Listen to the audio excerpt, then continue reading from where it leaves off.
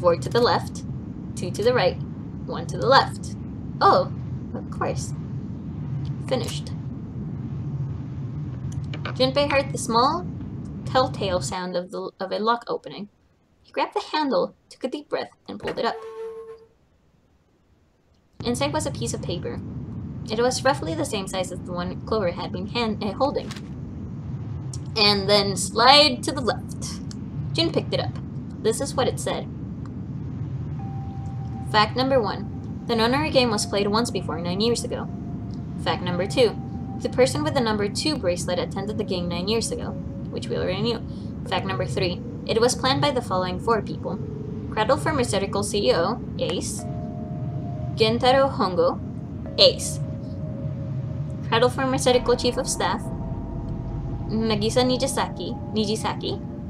Cradle Pharmaceutical R&D Supervisor, Teruaki Kobuta. Majority shareholder in Cradle Pharmaceutical, Chika Musashido. Is that Akana's parents? Huh? None of these last names are Akana's last name, right? Kuroshiki. Kuroshiki. Okay. Yeah, Kuroshiki. That makes sense. No riches in the safe? Nope. I must punish them for the innocent lives they sacrificed. This is the only warning they will receive. The innocent souls might be saved. I now state that innocent souls might be saved. I now state the truth. 0. Junpei left the closet. It's rich with knowledge! There were 5 people waiting for him in the bedroom. Ace, Lotus, Santa, Seven, and June. He looked at each one of them in turn, and then slowly placed his hands in his pockets of his vest. Sorry, but do you think you could all come with me? Come with you? I want all of you to go to the big hospital room. Why? There's something I want to be sure of. What do you want to be sure of? I want to know if the person I suspect is really the culprit. Wait, then you're saying... Yeah, I think I've got it figured out. I know who killed Snake and Clover. The atmosphere in the room changed. Grief was suddenly gone and replaced with the tension, like a strap of leather stretched to its limit. The 5 sets of eyes stared at Junpei. He pretended not to notice. Anyway, if you could all please move to the big hospital room, I'll explain everything as soon as we get there. Then, almost as if on cue, the bell began to ring. They all heard it. It was the bell from the clock in the main staircase.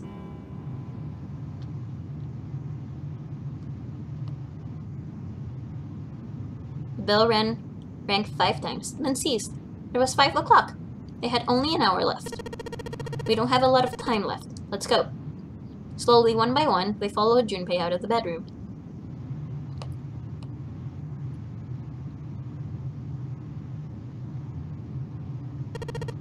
Actually, before we get started, I was hoping you could do something for me. Junpei stopped in front of door 3 and turned around. Ace, 7, and Lotus, could you please place your palms on the red? Huh?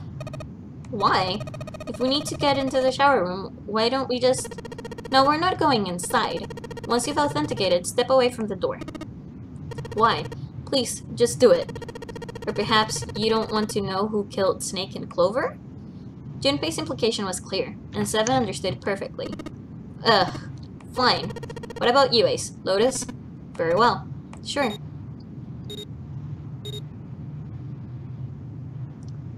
Quickly, they pressed their palms into the red. Once they finished, they stepped away from the door, as Junpei had instructed. 3 asterisks show from the red display panel. Junpei approached it and held his bracelet over the scanner. He made it quite sure he didn't place his palm on it, instead only brought his bracelet near it. The 4th asterisk appeared, just as Junpei had expected. It was possible to authenticate without placing one's palm on the red, as long as the bracelet was brought near it. Junpei pulled the lever down.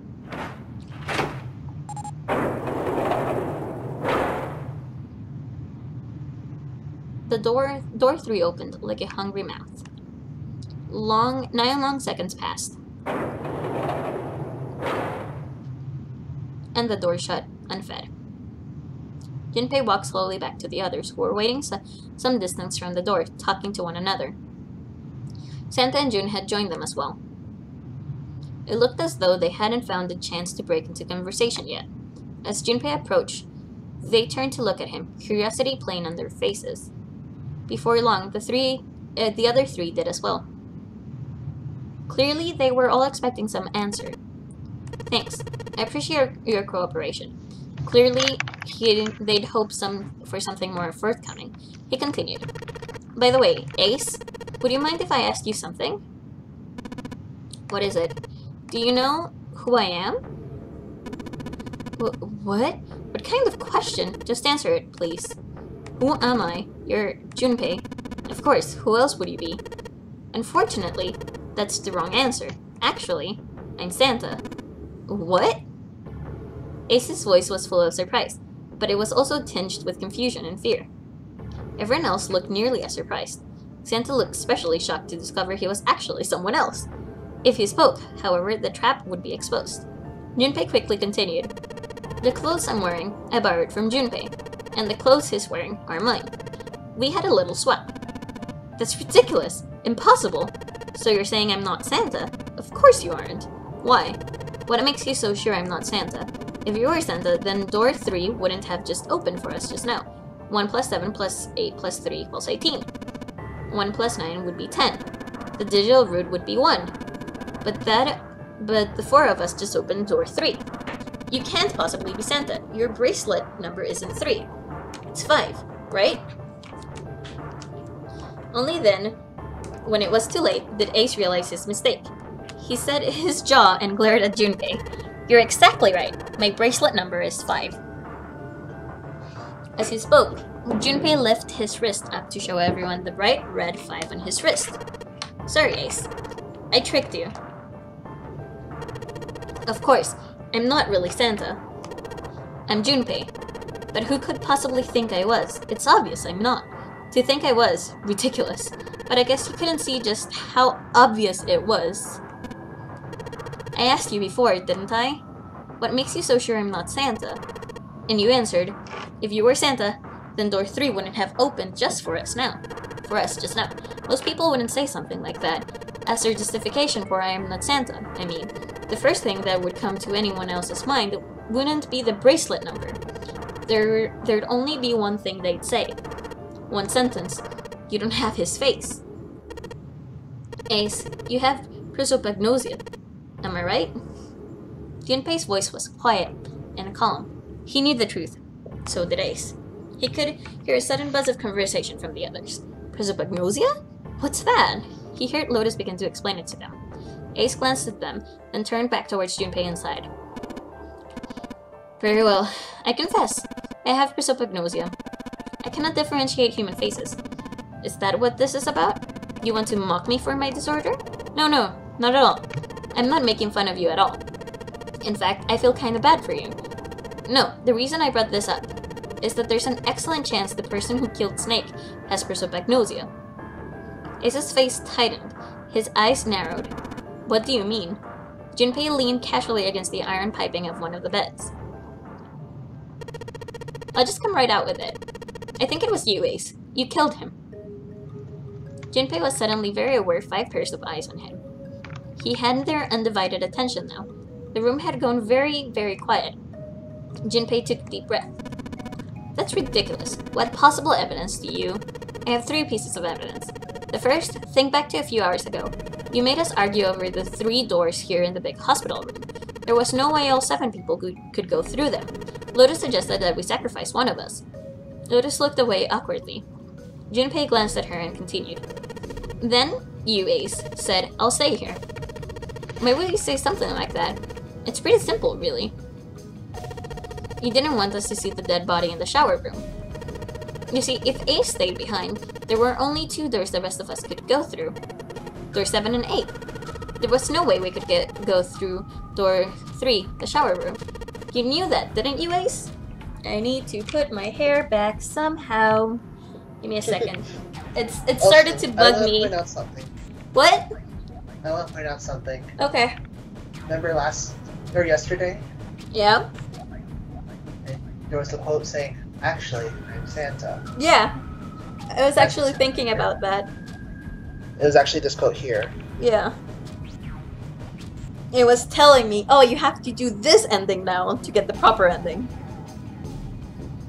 This game is sneaky. It's so sneaky, isn't it?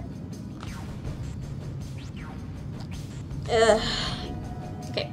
You knew that, didn't you, Ace? That's why you volunteered to stay behind. Come on now. I think that's gone a bit far. I can understand if you're jealous of my bravery, but please, don't devalue my actions. I only wanted to save the rest of you. Surely you can understand my altruism. Altruism, huh? Junpei stared off into the darkness at something very interesting, and lazily began to dig a persistent bit of wax of his ears. Ugh. You already knew, didn't you?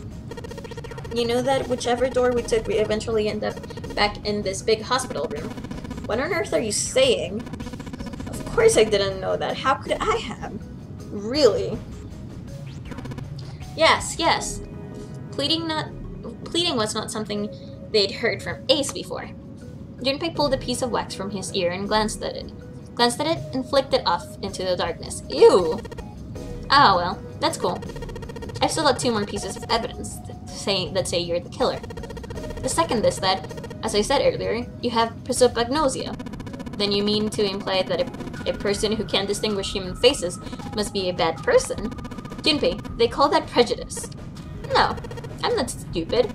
Then why? Well, before I explain, I suppose there's something I should tell you. The corpse in the shower room, it's not Snake's. What? What? Ace's face went pale. The others too looked confused as well. If the body wasn't Snake's.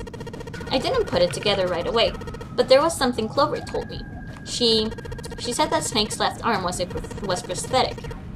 He'd lost his real arm in an accident, but the body we saw in the shower room, let's call him Guy X. Guy X's left arm was definitely flesh and blood. In other words, Guy X couldn't possibly have been Snake. Oh god, no, that's impossible. Ace had started to muttering hilariously to himself, shaking his head back and forth. Junpei was long past caring. Let's say, hypothetically, that the killer didn't have prosopagnosia. If that were the case, he wouldn't immediately realize that Guy X wasn't Snake. Even if the clothes were the same as Snake's, their faces would be completely different. It would have been obvious they were different people. And yet, they still killed him. Why? Why would they kill a stranger who'd only just shown up? On the other hand, if the killer did have prosopagnosia, it makes sense. They thought Guy X was Snake and killed him. Wait just a moment. Let's say you're right, and I mistook Guy X for Snake. Even if I did, I would have no motive to kill him. Why would I want to kill Snake? I can think of at least 2 motives. 1, Snake knew about your past. If he ever revealed what he knew, that it would have been really bad for you. You really didn't want that to happen, so to make sure Snake's mouth stayed shut, you killed him. 2, Snake had a grudge against you. You knew that, or at least you could have easily assumed he did. Even without exposing your identity, he was a threat to you. You never knew when you might be attacked. You couldn't ever let your guard down. You couldn't ever let your guard down. Why is that so difficult? Why is that so difficult for me to say? Anyway, every moment was a moment he might try something. You didn't want that kind of danger hanging over you, so... Hey, hold on a minute. For the first time since the beginning of Junpei's explanation, someone besides Ace spoke. What's the past Ace wouldn't want us to know? What did Snake have a grudge against him? Look at this. He handed Santa a small piece of paper. Santa squinted at the paper and began to read. The Nonary game was played once before, 9 years ago. The person with the number 2 bracelet attended the game 9 years ago. It was planned by the following 4 people. Cradle Pharmaceutical, Gendro Hongu,